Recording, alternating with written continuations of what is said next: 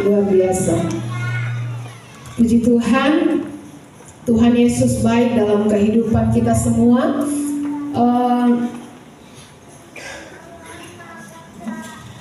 Saya percaya bahwa setiap hari kita harus selalu mengisi kehidupan kita dengan firman Tuhan. Sebab pola pikir kita, pikiran kita sangat menentukan kehidupan kita. Ya, pola pikir yang salah menghancurkan kehidupan kita.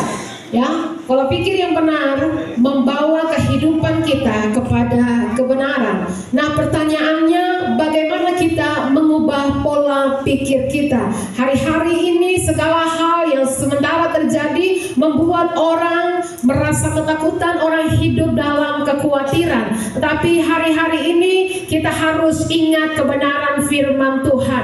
Pola pikir kita harus diselaraskan dengan kebenaran firman Tuhan. Pola pikir kita harus berubah. Seperti yang dikatakan dalam Roma 12 ayat yang kedua, janganlah kamu menjadi serupa dengan dunia ini, tapi berubahlah oleh pembaharuan apa?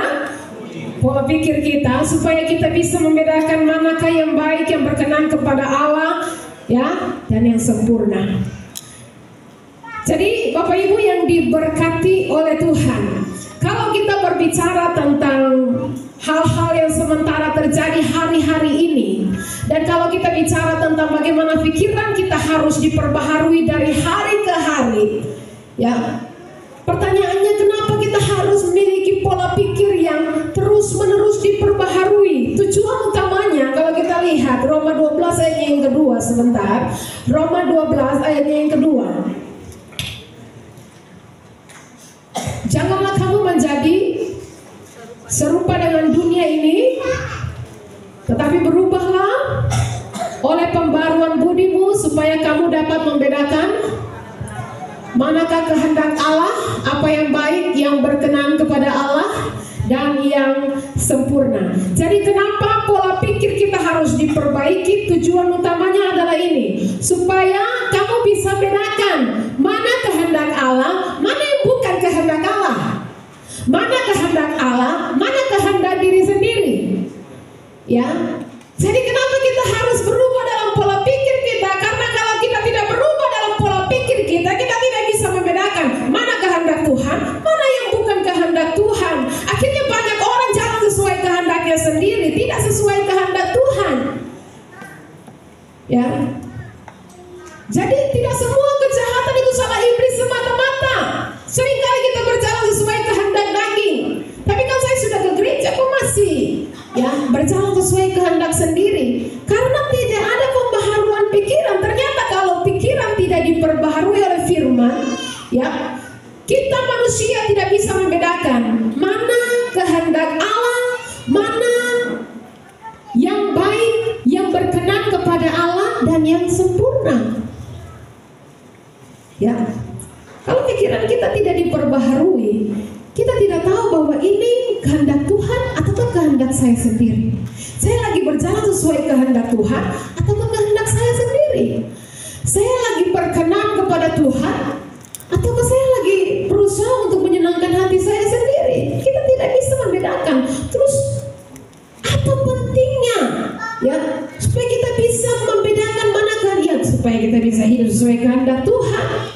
Jadi untuk bisa mengerti kehendak Tuhan, untuk bisa tahu rencana Tuhan atau bukan, maka pikiran kita harus diperbaharui terlebih dahulu. Alkitab bilang jangan menjadi serupa dengan dunia. Jangan sampai anak-anak Tuhan pola pikirnya dunia. Ya, pola pikir dunia itu seperti apa? Yesaya 55 ayat yang ke-8 dan ayat yang ke-9. Yesaya 55 ayat yang ke-8 dan ayat yang ke-9. Sebab rancanganku bukanlah rancanganmu, dan jalanmu bukanlah jalanku. Demikianlah firman Tuhan. Seperti apa? Tingginya langit dari bumi, demikianlah tingginya jalan Tuhan dari jalannya kita, rancangan Tuhan dari rancangannya kita. Ya, yang satu di atas, yang satu di bawah. Rancangannya Tuhan itu di atas, jalannya Tuhan dengan jalannya kita itu selisihnya itu seperti tingginya langit dari bumi.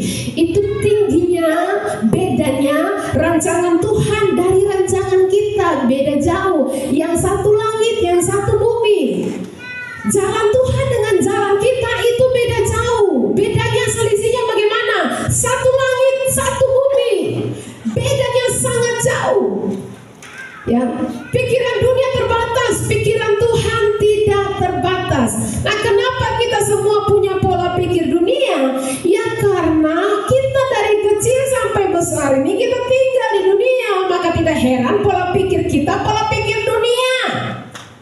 Ya, lingkungan di sekitar kita sangat menentukan pola pikir kita. Ya, contoh kalau dulu-dulu orang tua dulu-dulu biasanya kalau bicara soal seks di luar nikah itu apa? Tabu, aib. Kalau sekarang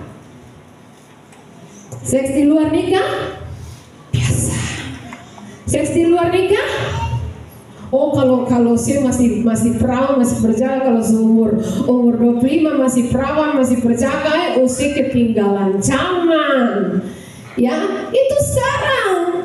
Itu zaman sekarang, tanya kepada anak-anak muda zaman sekarang, seks di luar nikah itu hal yang biasa. Ya.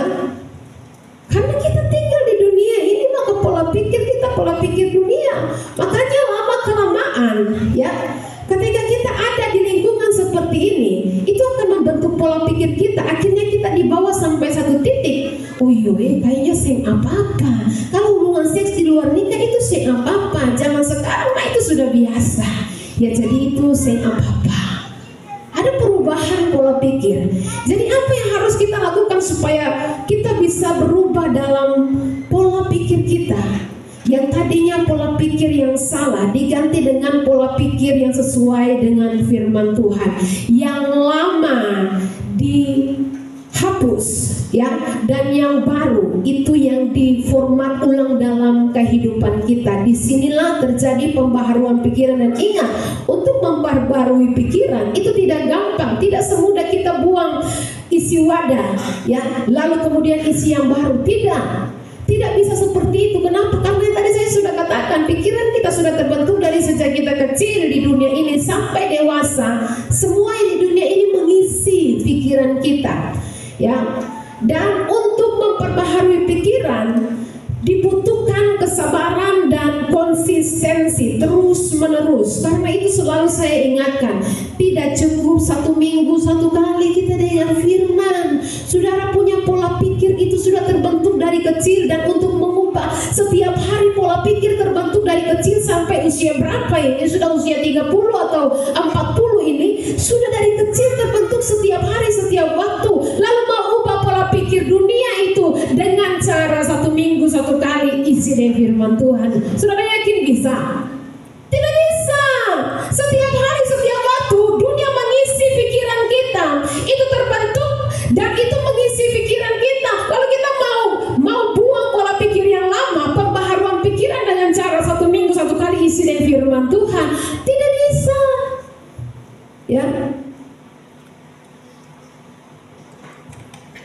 Tidak mungkin akan berubah. Makanya tidak heran hari Minggu diisi, tapi Senin sampai Sabtu perang terjadi di pikiran. Karena Minggu isi dengan firman Tuhan, muncul pola pikir baru, tapi yang lama masih bercokol. Pola pikir yang lama masih bercokol di pikiran kita. Akhirnya tabrakan, perang di pikiran yang lama dengan yang baru.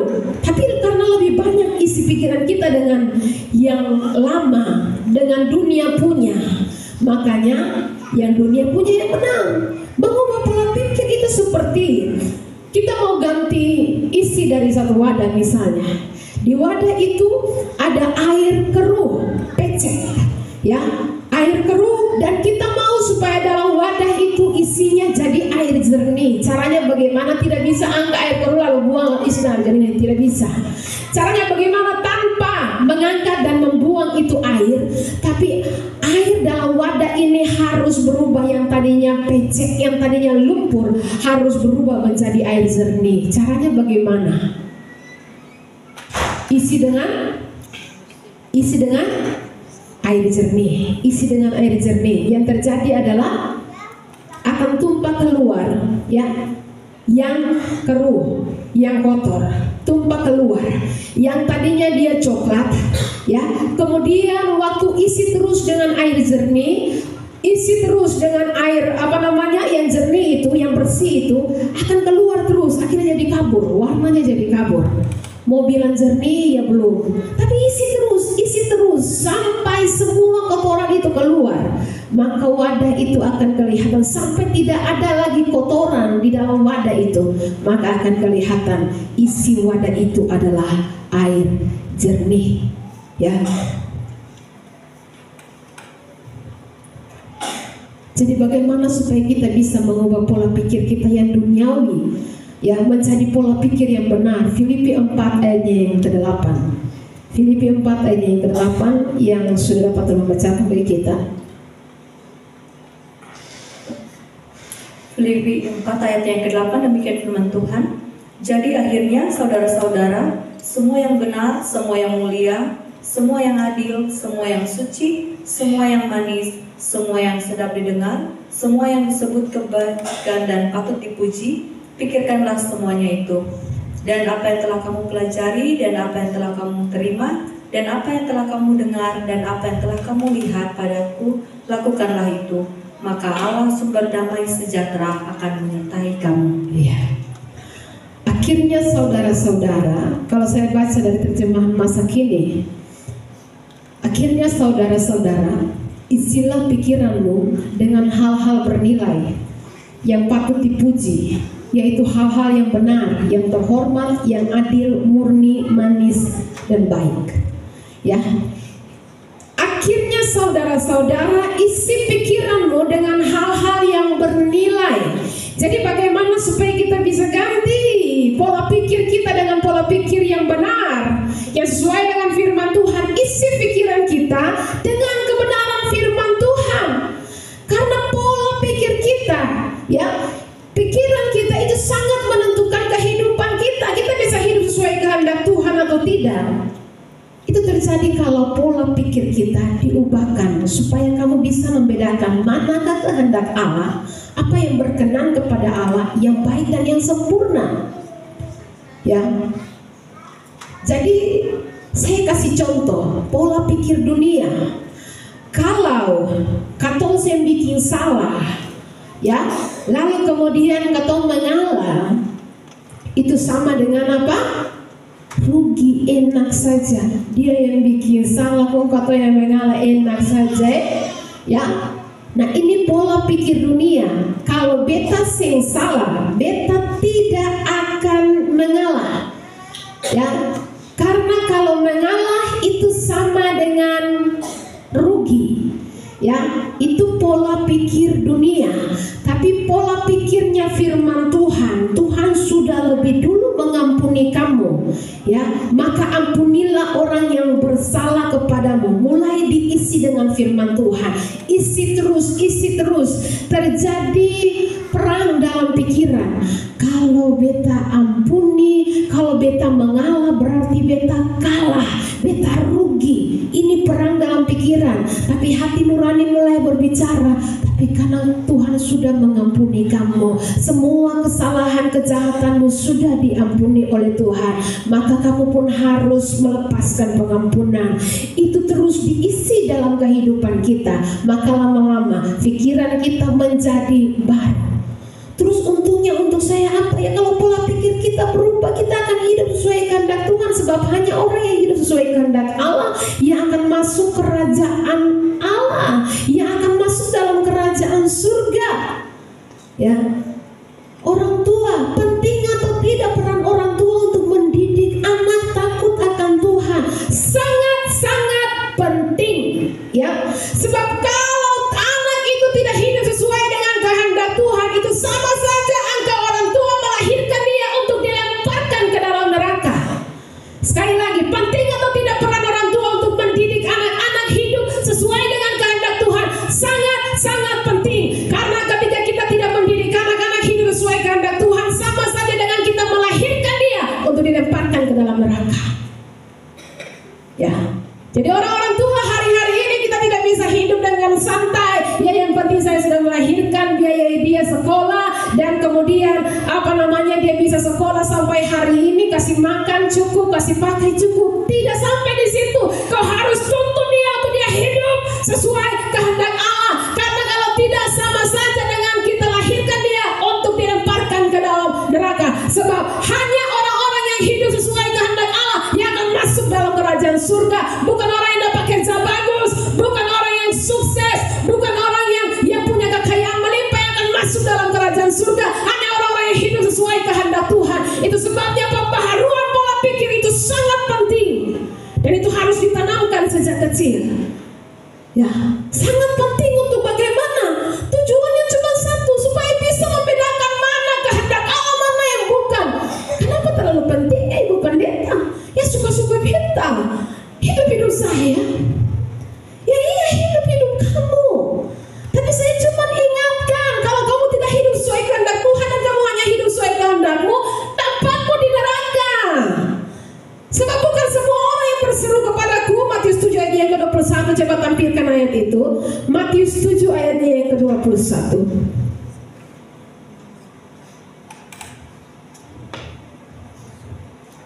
Bukan setiap orang yang berseru kepadaku Tuhan, Tuhan akan masuk dalam kerajaan surga, melainkan dia yang melakukan kehendak Bapakku yang di surga. Ya. Jadi bukan orang sukses yang akan masuk surga, bukan orang yang punya jabatan tinggi yang akan masuk surga, bukan orang yang punya harta melimpah yang akan masuk surga.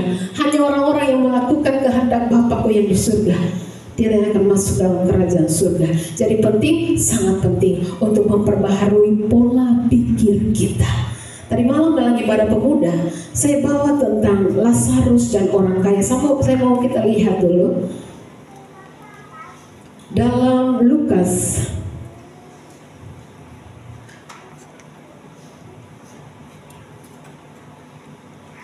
Injil Lukas 16 ayatnya yang ke-19 hingga ayatnya yang ke-31.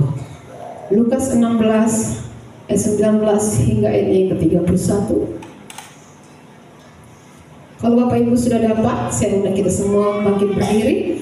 Kita akan baca firman Tuhan ini secara bergantian. Mari yang wanita mulai dari perikop dan ayatnya yang ke-19, dan kemudian pria di ayatnya yang ke-20 bergantian hingga ayatnya yang ke-31. Kita baca secara bersama-sama. Mari yang wanita, 1, 2, 3. Orang kaya dan Lazarus yang miskin. Ada seorang kaya yang selalu berpakaian jubah ungu dan kain halus, dan setiap hari ia bersukaria dalam kemewahan. Dan ada seorang pengemis bernama Lazarus, badannya penuh dengan borok, berbaring dekat pintu rumah orang kaya itu. Dan ia menatap tapatannya dengan baik dan dalam wajah orang kaya itu. Malah dicinta dan Kemudian matilah orang miskin itu, lalu dibawa oleh malaikat-malaikat ke pangkuan Abraham. Orang kaya itu juga mati lalu dikubur, dan sementara ia berada pada rumah yang menghadap ke atas, dan jauh kiranya Abraham dan Lazarus duduk di pangkuannya.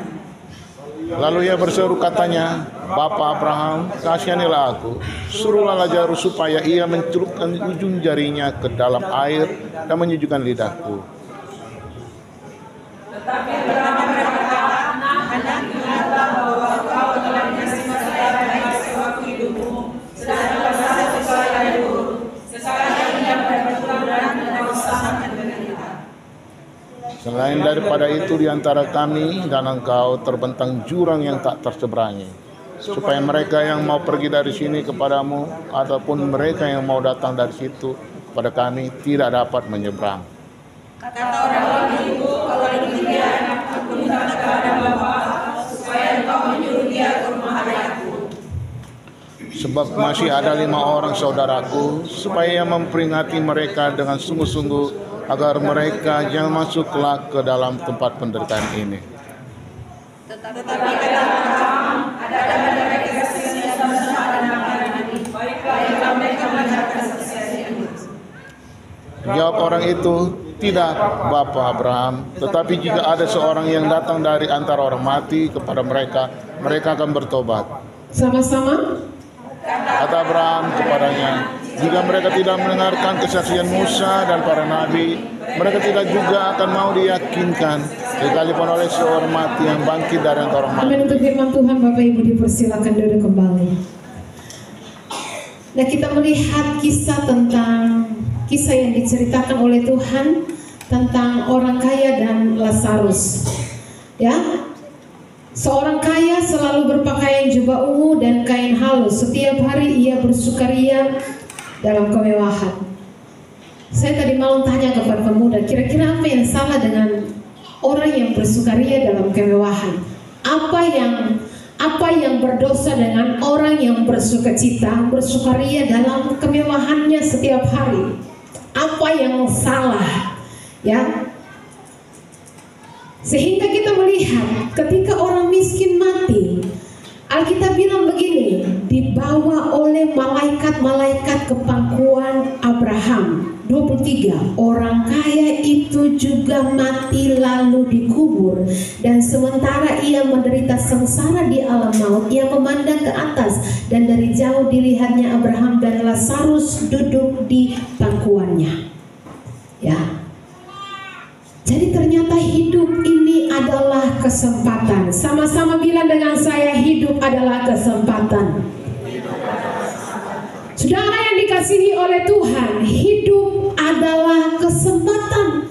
Ya, kalau kita baca kisah tentang Lazarus dan orang kaya, Tuhan sebenarnya mau bilang kepada kita, selagi engkau masih bernafas, itu kesempatan buat engkau. Hidup adalah kesempatan. Kesempatan untuk apa? Kesempatan untuk percaya kepada Tuhan. Ya, orang kaya dalam kehidupannya, dia tidak punya banyak waktu untuk mau fokus kepada kehendak Tuhan. Dia tidak punya banyak waktu untuk mau fokus kepada Tuhan. Setiap hari dia hanya menikmati kemewahan, kesenangannya. Dia bersukacita dalam kemewahannya. Ya kan, Ibu Pendeta, kita akan bilang bersukacitalah senantiasa. Kan orang kaya kan bersukacita kan dalam kemewahan setiap hari. Apa yang salah dengan itu? Sehingga kita bilang waktu orang kaya itu mati lalu dikubur, dia menderita sengsara di alam maut. Ya, jadi ingat ini. Waktu orang mati, ada tunggu hari ketiga, ke-10, ke-40, 100 dan seterusnya untuk dia sampai kepada kekekalan. Begitu putus nafas, kekekalan sudah ditentukan sejak putus nafas. Orang Lazarus waktu putus nafas, dia dibawa oleh malaikat ke pangkuan Bapak Abraham. Yang orang kaya putus nafas buka mata di api, lautan api yang kekal. Ya, makanya tidak ada cerita 3 malam, 40 malam dia masih menjelajah ke seluruh dunia lalu datang goyang-goyang kayak gitu. Saya ada. Ya, yang ada adalah dia sudah ada dalam kekekalan. Tergantung kekekalannya di mana. Kalau hidupnya seturut kehendak Tuhan, yang kekal di surga. Kalau hidupnya seturut kehendak sendiri, yang kekal di neraka. Seperti Lazarus, kan tidak ada yang seperti orang kaya. Kan tidak ada yang salah dengan orang kaya. Apa yang dia lakukan hanya menikmati kekayaannya, ya. Dia tidak peduli dengan kehendak Tuhan. Nah, yang pertama, hidup ini adalah kesempatan untuk apa? Untuk percaya kepada Tuhan. Orang kaya tidak peduli dengan mau percaya kepada Tuhan. Mungkin orang kaya ini pun orang Kristen, tetapi dengar baik, Kristennya hanya sebatas percaya yang begini. Aku percaya Allah Tritunggal, Allah Bapa, Allah Anak, Allah Roh Kudus. Aku percaya ketiganya adalah satu. Aku percaya kepada firman Tuhan. Cuma mulut saya yang percaya, tindakan tidak. Ya, makanya Alkitab bilang, iman tanpa perbuatan itu apa? Nol wasar. Potong bilang percaya kepada Tuhan, tetapi tindakan kita tidak mempercayai Tuhan, itu iman yang mati. Yang Tuhan cari nanti ketika Tuhan datang kembali pada kali yang kedua, dia cari masih adakah orang-orang yang, adakah iman di bumi ini yang terus bertekun di dalam doa, yang terus bertekun untuk mencari Tuhan, masih ada atau tidak? Ya. Jadi Kesempatan hidup adalah kesempatan untuk kita percaya dan taat kepada kehendak Tuhan. Ya. Orang kaya ini ketika dia hidup, setiap hari dia hanya menikmati saja, tidak peduli mau taat kepada kehendak Tuhan. Ya itu kan firman Tuhan, kan Tuhan pun kehendak, saya pun kehendak juga ada, ya kan? Saya punya kemauan juga ada, saya punya keperluan, kepentingan juga ada, kepentingan kalian semua sabar, saya punya kepentingan juga ada. Ya, orang kaya lupa bahwa kalau dia masih hidup, masih bernafas, itu bukan terjadi dengan sendirinya. Dan kita pun seringkali seperti itu, kita hidup seperti orang tidak bertuhan. Kita lupa kalau kita masih bangun hari ini, masih bernafas sampai detik ini, itu tidak terjadi dengan sendirinya. Tapi karena ada satu pribadi yang kasih izin kita bernafas, maka kita masih bernafas sampai hari ini. Pribadi itu adalah Yesus Kristus namanya. Kita lupa itu dan kita hidup seolah-olah Tuhan tidak bisa atur hidup saya. Ya, saya mau hidup sesuka hati saya, terserah saya, Tuhan tidak bisa atur. Kita lupa yang kasih kita nafas itu Tuhan. Hari ini kalau dia tutup jalan nafas, kamu selesai. Ya, kita selesai. Maka hiduplah, pergunakan kesempatan untuk percaya kepada Tuhan. Dalam hal ini taat kepada kebenaran firman Tuhan. Orang kaya tidak pakai kesempatan untuk itu. Yang kedua, hidup adalah kesempatan untuk apa? Bekerja untuk Tuhan. Ya, 1 Korintus 15 ayat 57 hingga yang ke-58. 1 Korintus 15 ayat 57 hingga yang ke-58. Tetapi syukur kepada Allah yang telah memberikan kepada kita kemenangan oleh Yesus Kristus Tuhan kita. Karena itu, saudara-saudaraku yang kekasih, berdirilah teguh, jangan goyah, giatlah selalu dalam pekerjaan Tuhan, sebab kamu tahu bahwa dalam persekutuan dengan Tuhan jerih payahmu tidak sia-sia. Berdiri teguh artinya berada dalam satu posisi yang terus-menerus, tenang, setia, tabah. Jangan goyah artinya tidak dapat digerakkan atau teguh. Ketika kita menghadapi masalah, ketika kita menghadapi tantangan, kita harus tetap tenang, tetap teguh, berdiri teguh, tetap setia, tabah. Jangan pernah goyah, tetap teguh dalam pengharapan kita dalam Tuhan Yesus Kristus, karena pengharapan kita adalah pengharapan yang tidak pernah mengecewakan. Selanjutnya, berdirilah teguh, jangan goyah, lalu giatlah selalu dalam apa? Pekerjaan Tuhan. Giat dalam hal apa? Dalam melakukan pekerjaan Tuhan yang Tuhan percayakan kepada kita. Kita perlu melakukan yang terbaik dan berkualitas dalam setiap tugas pelayanan kita. Adik saya bertanya, Bapak, tapi kan kita melayani Tuhan itu bukan cuma main musik toh. Kan kalau kita bekerja di kantor itu juga kan melayani Tuhan. Bukan cuma di gereja kan kita melayani Tuhan, iya. Tapi yang kamu di kantor itu kan kamu terima gaji kan, ya kan, kerja buat Tuhan selalu manis. Kalau kerja buat Tuhan dia sodor gaji. Jadi kerja buat Tuhan ya kelihatannya tanpa gaji, tanpa upah.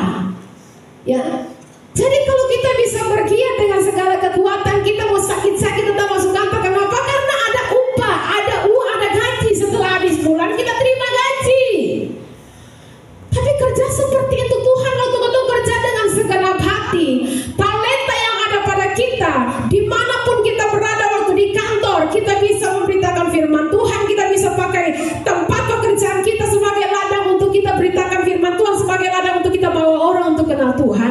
Kita sedang kerja buat Tuhan. Kalau kita tidak kerja buat Tuhan, maka orang bikin jengkel kita akan cepat-cepat cepat emosi. Tapi kalau kita sadar saya kerja buat Tuhan, maka tidak ada emosi, tidak ada kemarahan, tidak ada sakit hati, kepahitan di sana, karena kerja buat Tuhan.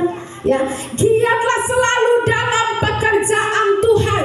Giatlah berarti sangat berlimpah dalam kualitas dan kuantitas. Kita perlu giat dalam hal apa? Melakukan pekerjaan Tuhan yang Tuhan percayakan kepada kita. Kita perlu melakukan yang terbaik dan berkualitas dalam setiap tugas pelayanan kita. Ya. Waktu kita bekerja untuk Tuhan, banyak jiwa yang diberkati oleh Tuhan. Mengapa kita harus melayani Tuhan? Karena kita telah terlebih dahulu diberikan anugerah yang luar biasa, yaitu kehidupan yang kekal. Apa yang kita lakukan untuk Tuhan tidak sebanding dengan apa yang Tuhan telah kerjakan untuk kita. Itu sebabnya jangan hitung-hitungan dengan Tuhan. Beta cukup ini saja, Ibu Pendeta. Jangan kita suruh beta untuk hal lain lagi. Cukup sini saja. Jangan batasi kalau Tuhan mau pakai kita. Jangan batasi pekerjaan Tuhan. Sebab Tuhan berkorban buat kita. Dia tidak batasi. Cukup kelingking saya, cukup tangan saya. Seluruh nyawanya Dia kasih untuk keselamatan kita. Untuk itu sebabnya kalau Tuhan mau pakai kita, jangan batasi diri kita, waktu kita. Sebab semua yang ada pada kita itu dari Tuhan. Kalau kita batasi diri kita untuk pekerjaan Tuhan, Tuhan bisa ambil waktu kita, nafas kita kapan saja.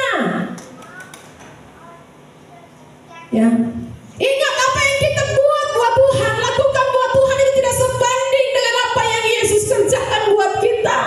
Darahnya habis di tubuhnya, pengorbanannya sempurna supaya engkau selamat. Itulah sebabnya kita perlu melakukan yang terbaik untuk hormat dan kemuliaan bagi nama Tuhan. Jeripayamu tidak sia-sia, sebab dalam persekutuan dengan Tuhan, jeripayamu tidak sia-sia. Jeripaya berarti bekerja, banting tulang sampai kelelahan, keletihan, dan bersusah payah.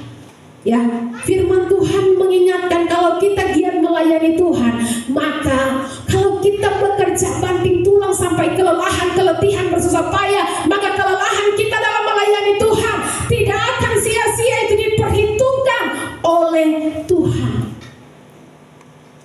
Ya, diperhitungkan oleh Tuhan.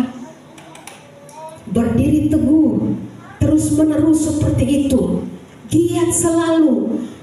Bahkan dalam bagian lain Alkitab bilang, janganlah hendaknya kerajinanmu kendor, biar rohmu menyala-nyala dan layanilah Tuhan. Ya, para penari, anak-anak penari, teruslah menari untuk Rajamu. Ya, para pelayan Tuhan, singers, teruslah bernyanyi untuk Rajamu. Semua kita di tempat ini teruslah bernyanyi untuk Rajamu.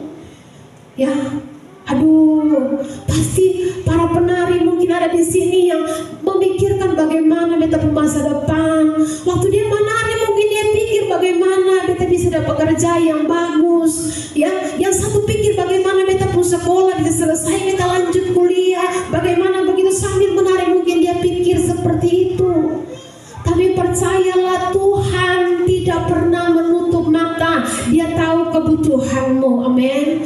Tapi Bu Pendeta, yang terjadi adalah ketika kita melayani Tuhan, banyak persoalan, banyak masalah yang terjadi. Dengan ini baik, keadaanmu tidak bisa membatalkan firman Tuhan bahwa Allah turut bekerja dalam segala hal untuk mendatangkan kebaikan bagi setiap orang yang mengasihi Dia. Kesulitanmu tidak bisa mengubah firman Tuhan. Allah turut bekerja dalam segala hal. Segala hal termasuk apa? Termasuk kematian, termasuk sakit penyakit, termasuk kerugian, termasuk segala masalah yang berat yang terjadi dalam kehidupanmu. Allah turut bekerja untuk apa? Mendatangkan kebaikan bagi setiap orang yang mengasihi Dia. Ya, makanya hidup adalah kesempatan. Kesempatan untuk apa? Bekerja buat Tuhan. Orang kaya ini dia bikin apa sampai dia ada di neraka, di lautan api. Sekali lagi kita baca supaya jelas. 19 Lukas 16 ayat 19. Setiap hari ia bersukaria dalam kemewahan. Makanya di ayat 25 ini yang Abraham bilang. Ayat 24-25. Lalu ia berseru, orang kaya berseru, Bapak Abraham, kasihanilah aku, suruhlah Lazarus supaya dia mencelupkan ujung jarinya ke dalam air dan menyejukkan lidahku, sebab aku sangat kesakitan dalam nyala api ini. Ayat 25. Tetapi Abraham berkata, anak, ingatlah bahwa engkau telah menerima segala yang baik sewaktu hidupmu, sedangkan Lazarus segala yang buruk. Sekarang ia mendapat hiburan dan engkau sangat menderita. Maka kalau dalam hidup ini ketun terlalu banyak istirahat, kalau dalam hidup ini ketun terlalu hidup sesuka hati, kalau dalam hidup ini ketun terlalu banyak santai, tidak mau capek untuk Tuhan, tidak mau repot untuk pekerjaan Tuhan, kita tidak akan bisa istirahat dalam kekekalan. Tidak ada rest in peace. Yang ada kerja besar, kas mati api, mau mati api di kaki, di badan, di kepala, sen bisa api, sen mati-mati, karena itu lautan api dan belerang.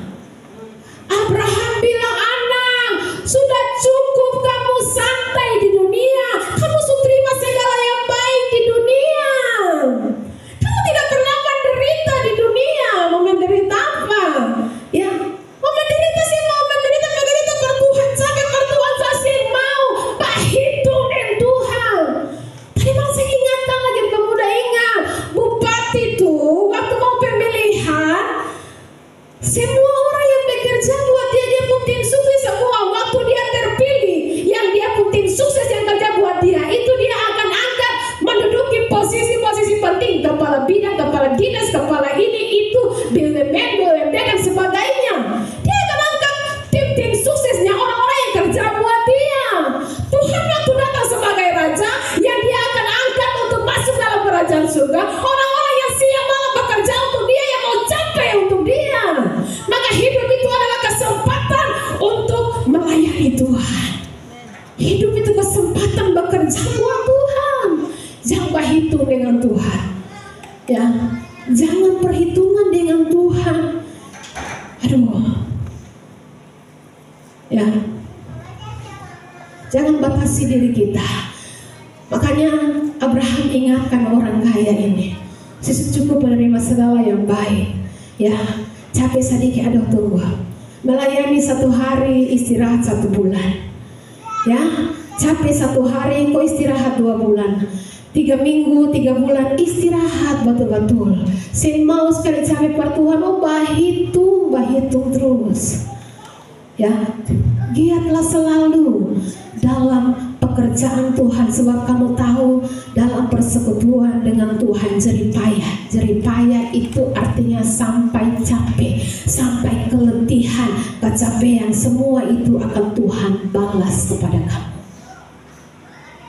Yang ketiga, hidup adalah kesempatan. Kesempatan untuk apa? Di ayatnya yang ke-27 dari Lukas 16 ayat 27. Ya, silakan. Kata orang itu, kalau demikian aku minta kepadamu Bapa, supaya engkau menyuruh dia ke rumah ayahku. 28. Ayatnya yang ke-28. Sebab pasti ada 5 orang saudaraku, supaya ia memperingati mereka dengan sungguh-sungguh, agar mereka jangan masuk kelak ke dalam tempat penderitaan ini. Ya, 29. Ayat yang ke-29. Tetapi kata Abraham, ada pada mereka kesaksian Musa dan para nabi, baiklah mereka mendengarkan kesaksian itu. 30. Jawab orang itu, tidak Bapak Abraham, tetapi jika ada seorang yang datang dari antara orang mati kepada mereka, mereka akan bertobat. 31. Kata Abraham kepadanya, jika mereka tidak mendengarkan kesaksian Musa dan para nabi, mereka tidak juga akan mau diyakinkan sekalipun oleh seorang yang bangkit dari antara orang mati.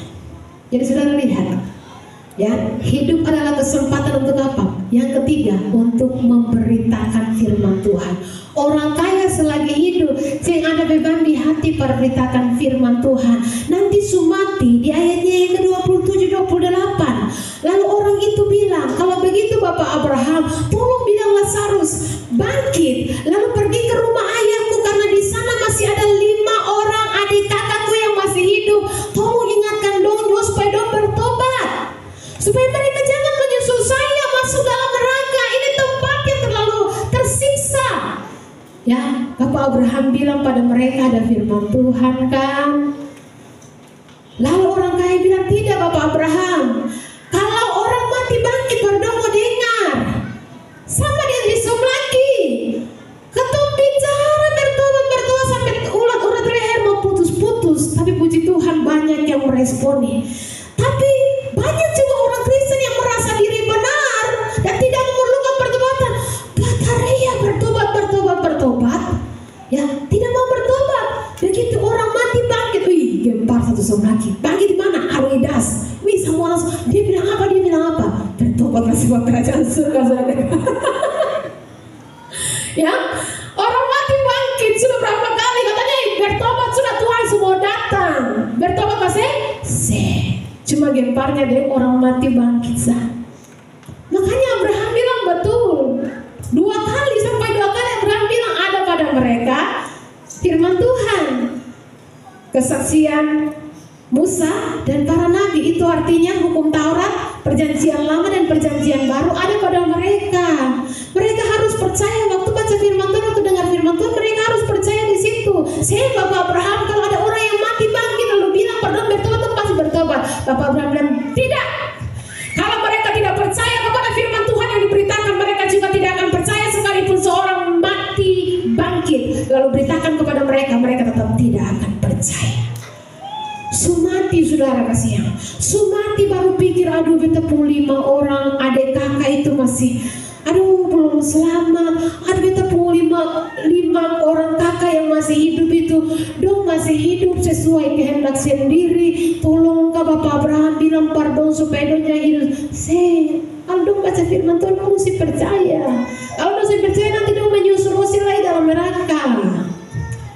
Iya kan? Nah jadi Bapak Ibu yang diberkati oleh Tuhan, jangan sampai kita seperti orang kaya. Selagi kita masih bernafas ini, ingat keluarga kita, ingat orang-orang di sekeliling kita, ingat temanmu. Kalau dia masih hidup dalam dosa, kasih tahu dia firman Tuhan. Beritakan kepada dunia tentang Tuhan, tentang perbuatan Tuhan yang ajaib yang kita alami dalam kehidupan kita. Kasih tahu itu, beritakan hidup adalah kesempatan untuk memberitakan firman Tuhan. Jangan tunggu mati baru punya beban di hati. Untuk keluarga yang belum selamat terlambat. Ya, makanya dalam Yehezkel 33 ayatnya yang ke-8. Yehezkel 33 ayatnya yang ke-8 dan ayatnya yang ke-9.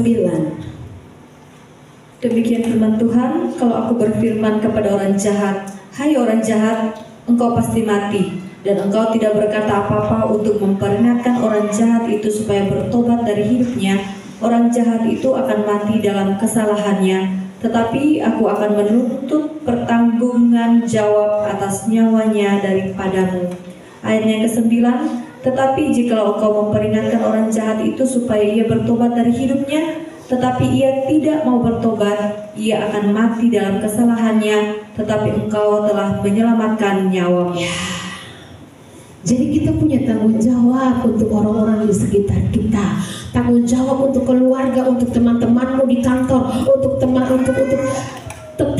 Kita punya tanggung jawab. Alkitab katakan begini, jikalau ayat 8 dulu,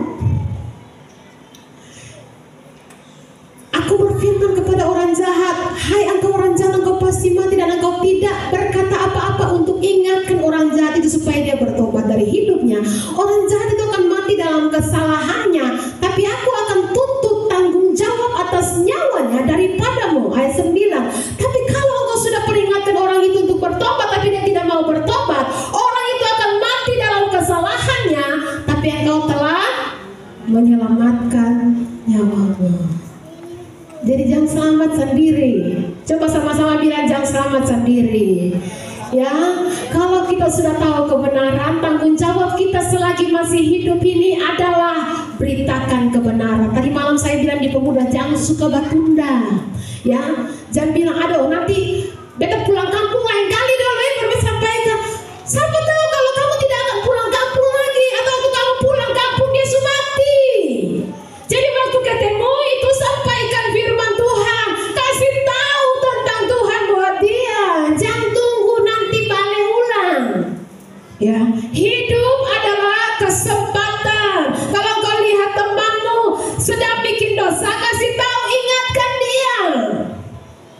Ya, kemarin waktu kita di Ambon, saya ketemu dengan saya punya teman SMA di satu acara nikah. Lalu kemudian karena dia wedding singer, lalu apa namanya, dia, aduh ibu pendeta lama kata siapa aku dapat cipika-cipiki ya. Lalu kemudian bagaimana kerja apa ya, bagaimana kata kerja beta PNS, tapi ya kalau ada yang panggil beta pernah nyanyi kan. Tapi bagaimana, suara bagus tuh musikasi per Tuhan. Lalu kemudian satu bateria pengantinnya bilang lagu dulu lagu, akhirnya lagu naik, dia bilang tamang yuk pendeta katon jalan dulu. Saya pikir jalan dia mau bikin apa, dia tarik saya, dia mulai goyang jalan kan ya. Saya jalan, saya bilang pokoknya waktu nih, jadi sambil goyang sama suiku kan barisan dari belakang, saya sambil jalan, pokoknya waktu itu ya saya dalam hati ini Bapak Mos Samuelia ini ya udah bilang ibu pendeta suiko jalan keliling ya untuk goyang, tapi saya pakai memang dia mau goyang saya tetap jalan. Masih bernafas pakai waktu untuk Tuhan. Suara itu Tuhan yang kasih. Jadi melayani Tuhan itu lebih baik. Ibu pendeta tapi saya goyang luar biasa ya. Jadi pakai waktu, pakai kesempatan ini untuk memberitakan firman Tuhan. Ya, jangan sampai sumati baru ingat. Keluarga yang belum selamat, kasih tahu sama dengan di mana saja saya sampaikan firman Tuhan, apalagi untuk orang mati, ya untuk pemakaman. Wah itu kesempatan untuk saya harus tabur untuk keluarga, untuk orang-orang di Somlaki, karena itu kan undangan datang tanpa diundang pun datang. Makanya ketika di kampung Baban itu poros keluarga saya. Oh betul-betul speaker itu kasih besar. Saya beritakan firman Tuhan. Lalu saya punya pangkat ponakan yang satu umur, satu kelas juga dengan saya. Saya lagi beritakan firman Tuhan, dia berteriak dari belakang, sapi dan sapi, mampu. Lalu habis itu dia bilang, tante, kira-kira kalau ketemu mampu itu pakai tante mau uang kah? Permiso bio, bukan beta mau uang. Tapi kan untuk beritakan firman Tuhan beta punya tugas, toh? Jadi kebenaran kita sampaikan, ya. Orang mabuk itu tidak mendapat tempat dalam kerajaan surga. Semua adat istiadat yang bertentangan dengan firman Tuhan dikasih tinggal akal sudah, iya kan? Tapi kan ketemu mabuk sih pakai tante semua, jadi sibuk salah, ya. Tante terlalu sibuk, ya. Saya juga tidak sibuk. Kamu tidak bertobat, ya. Kamu tidak mau berhenti dari mabuk pun terserah kamu. Saya tidak rugi juga kalau kamu tetap minum, sampai saya tidak rugi. Tugas saya adalah saya harus beritakan, karena saya tidak mau batu kilangan Tuhan ikat di leher saya, baru Tuhan kasih dalam saya dalam laut. Itu batu kilangan 2 orang putar, baru akan terputar. Itu sangat besar. Begitu ikat di leher, taruh di laut, lolong-lolong dasar laut.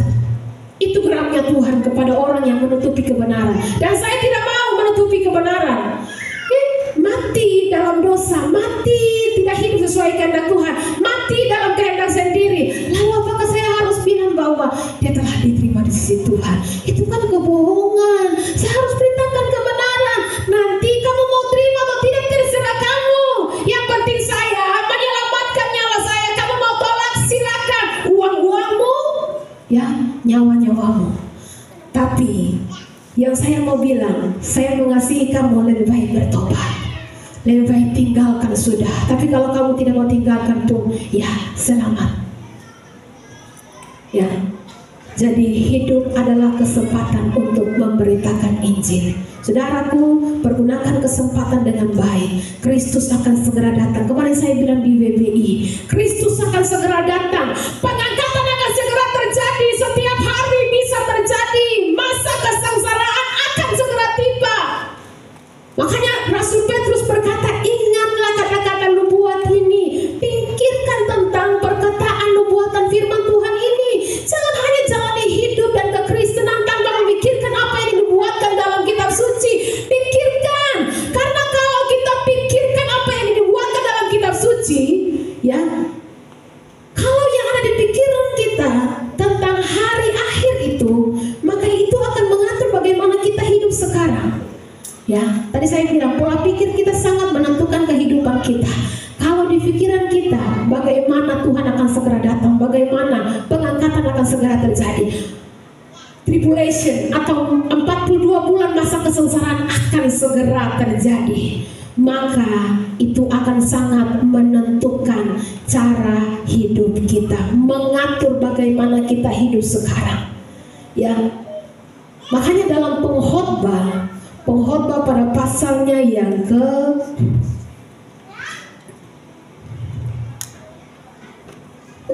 dalam kitab Pengkhotbah pada pasalnya yang ke-10 ayatnya yang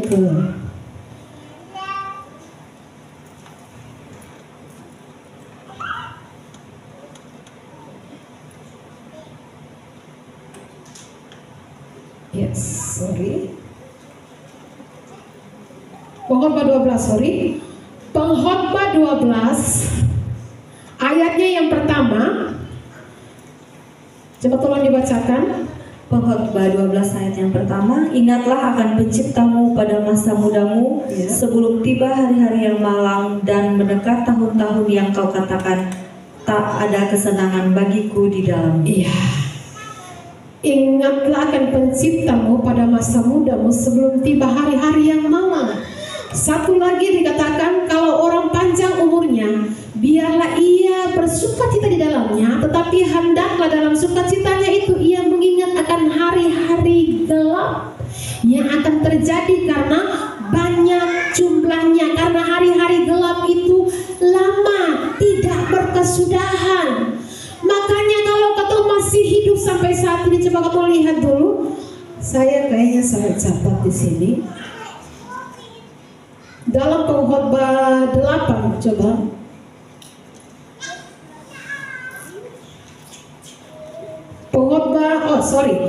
Pengkhotbah 11 ayatnya yang ke-8.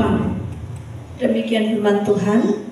Oleh sebab itu, jikalau orang panjang umurnya, biarlah ia bersukacita di dalamnya, tetapi hendaklah ia ingat akan hari-hari yang gelap karena banyak jumlahnya. Segala sesuatu yang datang adalah kesia-siaan. Kalau orang panjang umurnya, hendaklah ia bersukacita di dalamnya, tetapi hendaklah yang ada di pikirannya adalah hari-hari yang gelap karena banyak jumlahnya. Segala sesuatu dalam hidup ini adalah kesia-siaan.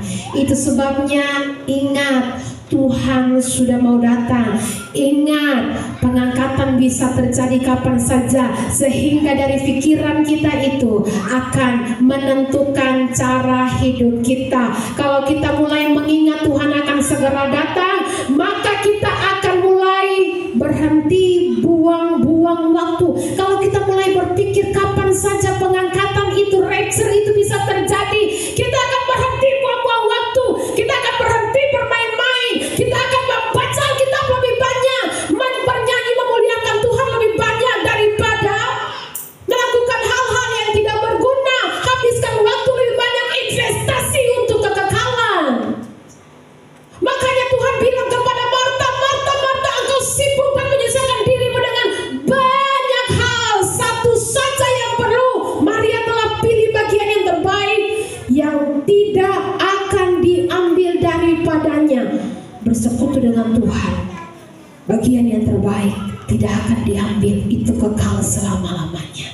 Investasi, kalau kita tahu investasi untuk kesehatan kita, olahraga, makan sehat, itu investasi kesehatan. Ini investasi untuk kekekalan kita. Yesus sudah memberikannya secara cuma-cuma, tapi Yesus mau adalah kita bertanggung jawab atas keselamatan yang sudah diberikan dengan cuma-cuma. Dengan cara apa? Tetap hidup melekat dengan Dia.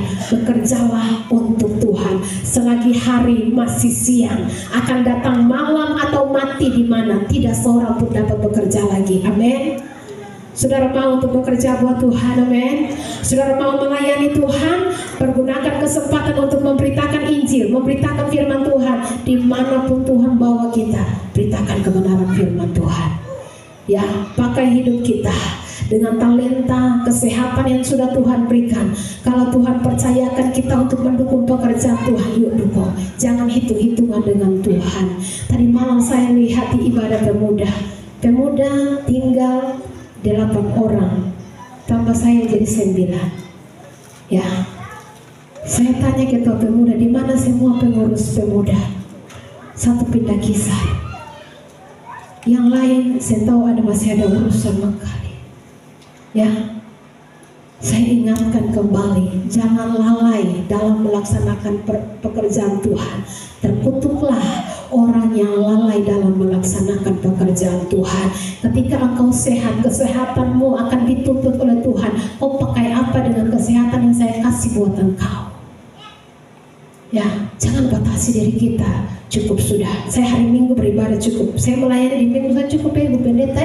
Dan tahu kasih beta banyak, jangan lagi. Cukup yang di sini saja. Jangan batasi diri kita. Kalau Tuhan mau pakai kita, Dia akan kasih kita kekuatan, Dia akan kasih kita kemampuan. Semua yang menjadi masalah kita, Tuhan akan selesaikan itu ketika kita bertanggung jawab dengan pekerjaan yang Tuhan percayakan kepada kita. Kalau kita sadari bahwa ini saatnya, Tuhan bisa datang kapan saja, kita akan berhenti buang-buang waktu, berhenti bermain-main. Kita akan membaca firman Tuhan lebih banyak, kita akan beribadah lebih banyak. Karena kita bilang jangan menjauhkan diri dari pertemuan-pertemuan ibadah, tapi harus semakin giat melakukannya. Coba tampilkan dulu Ibrani 10 ayat 5. Ini harus selalu diisi di pikiran supaya yang kotor-kotor tuh akan tumpah keluar, supaya yang tinggal yang bersih. Janganlah kita menjauhkan diri dari pertemuan-pertemuan ibadah kita seperti dibiasakan oleh beberapa orang, tapi marilah kita saling menasihati dan semakin giat melakukannya. Kenapa? Hari Tuhan semakin mendekat. Kalau pikiran bahwa kapan saja Tuhan bisa datang karena kedatangan Tuhan seperti pencuri itu tetap ada di pikiran kita, itu akan mengubah cara hidup kita yang tadinya buang-buang waktu untuk dunia ini dengan segala kesibukannya. Kita akan lebih banyak untuk mencari Tuhan. Kita akan lebih hati-hati terhadap dosa. Kita akan memberitakan Injil lebih banyak dan menggunakan waktu dengan lebih baik jika kita memikirkan tentang hari akhir itu. Ya, ingat, jangan sampai terjebak dalam kemalasan rohani. Kemalasan rohani mulai terjadi waktu kapan? Waktu keadaan seolah baik-baik saja. Kita sedang tidak membutuhkan bantuan Tuhan. Disitulah terjadi kemalasan rohani. Jangan sampai kita mempunyai yang namanya kemalasan rohani, karena kemalasan rohani itu pelan tapi pasti mengikis kualitas hidup orang percaya.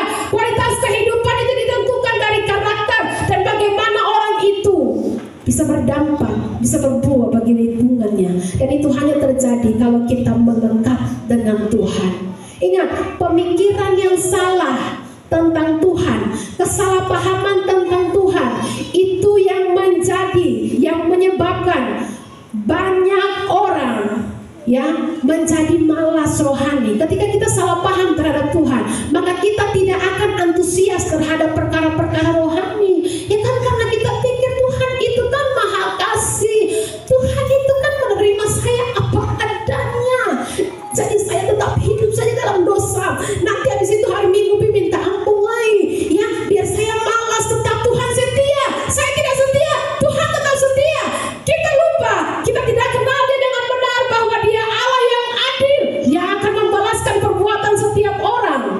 Ya, Nahum pada pasalnya yang keempat, kita tidak mengenal Dia secara utuh, salah paham tentang Tuhan. Kan Tuhan terima saya apa adanya, iya, Dia terima kita apa adanya, tapi tidak membiarkan kita terus dalam keadaan apa adanya. Dia akan bentuk kita. Makanya anak-anak gembel itu kalau diangkat dibawa dalam kerajaan, dia tidak dibiarkan dalam keadaan kotor, dimandikan, dikasih pakaian kerajaan, tapi kemudian cara hidupnya dituntun untuk harus hidup dengan cara kerajaan, cara makan, cara jalan. Tapi kalau dia tidak mau tahan, sudah, buang dia, kasih keluar dia. Tidak bisa, dia tidak mau tunduk kepada peraturan kerajaan, buang dia, ya, tidak mau tunduk. Nah, kita nih sudah diangkat jadi anak kerajaan, bukan karena kebaikan kita, tapi karena kasih karunia. Sekarang Tuhan tuntun kita untuk menjadi serupa dan segambar dengan Tuhan. Kalau kita mau rendah hati, dibentuk oleh Tuhan, maka kita akan sampai kepada kekekalan. Tapi kalau kepala batu tidak mau untuk dituntun, tidak mau dibentuk lewat kebenaran firman Tuhan, maka kita akan dibuang keluar, sama seperti firman Tuhan katakan, Ranting padaku yang tidak berbuah akan dipotong dan dibuang keluar, dibakar di dalam api yang tidak terpadamkan selama-lamanya. Maka orang yang suka salah paham terhadap Tuhan tidak akan antusias terhadap perkara-perkara rohani. Segala sesuatu tentang Tuhan dan pekerjaan Tuhan hanya menjadi sebuah tuntutan bagi dia. Ingat, Goliatnya kita atau musuh terbesarnya dalam diri kita menjelang kedatangan Tuhan adalah kemalasan. Itu Goliat terbesarnya kita. Menjelang kedatangan Tuhan, Tuhan bilang semakin giat, orang Kristen semakin malas. Goliat musuh terbesarnya kita, kemalasan. Kenapa malas? Karena kita merasa tidak membutuhkan bantuan Tuhan. Karena kita merasa hidup ini lagi baik-baik saja, maka kita mulai malas. Jangan salah paham terhadap Tuhan. Tuhan Allah yang adil, yang akan membalaskan perbuatan setiap orang, yang akan membalaskan setiap orang menurut perbuatannya. Itu sebabnya Alkitab katakan jangan pernah menyimpang ke kanan dan ke kiri. Kalau engkau setia hari ini, teruslah setia di tengah-tengah angkatan yang tidak setia. Kalau engkau tetap jujur, teruslah jujur di tengah-tengah angkatan yang bengkok hatinya. Tapi kan Ibu Pendeta, banyak juga yang sekedar yang tidak tersedia untuk pekerjaan. Ya kamu ikut yang banyak, kayak mau ikut yang sedikit. Yang sedikit itu jalan menuju ke surga. Karena kita katakan sesatlah pintu yang menuju kepada keselamatan, dan sedikit orang yang melewatinya. Tapi yang kecenderungan yang banyak orang itu menuju kepada api yang kekal. Jadi jangan suka ikut yang banyak. Ikut yang di atas rata-rata. Standar kita bukan manusia, standar kita itu Tuhan. Jadi teruslah setia, teruslah berdiri teguh di dalam Tuhan. Jangan goyah, giatlah selalu dalam pekerjaan Tuhan. Sebab kamu tahu jerih payah di dalam Tuhan tidak pernah sia-sia. Amin. Sekecil apapun jangan pernah mundur. Kalau hari ini ketika engkau maju-maju bersama Tuhan, 1 derajat saja engkau membiarkan engkau mundur langkahmu dari Tuhan, engkau tidak akan pernah sampai ke tujuan. Pesawat yang hilang di segitiga Bermuda itu karena dia hanya meleset di busur itu ya, di busur pesawat itu dia punya arah itu cuman 1 derajat saja melenceng. Itu kalau diteruskan 1 derajat itu kelihatannya kecil, tapi kalau terus 1 derajat melenceng itu sampai terus, maka semakin ke sana semakin jauh dari tujuan. Betulkan dulu 1 derajat itu, maka dia akan lurus sampai tujuan. Jangan menyimpang ke kanan maupun ke kiri. Tawaran boleh datang kepada kita. Banyak orang yang saya terlalu setia juga, Bu. Ya banyak orang juga yang saya mau capek-capek. Ngapain kamu terlalu capek? Tawaran itu mulai datang dalam pikiran kita. Tapi ingat, jangan menyimpang ke kanan dan ke kiri. Apa yang kita anggap kesalahan kecil hari ini, itu akan membawa kita kepada kebinasaan.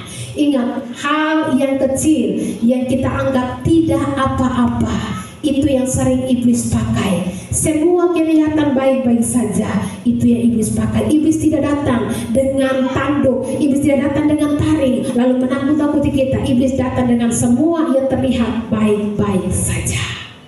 Ya, karena Hawa waktu ditipu oleh iblis, Hawa melihat buah itu apa? Baik. Buah itu kelihatan baik dan sedap untuk dimakan. Semua yang hari ini kelihatan baik, nikmat, nyaman, ya, itu bisa jadi berasal daripada iblis yang membuat kita tidak bisa hidup sesuai kehendak Tuhan. Jangan biarkan diri kita melenceng 1 derajat saja. Kembali kepada firman Tuhan dan tetaplah teguh melayani Tuhan. Amin untuk firman Tuhan. Mari kita renungkan kebenaran firman Tuhan. Tutup Alkitab kita. Terima kasih Tuhan.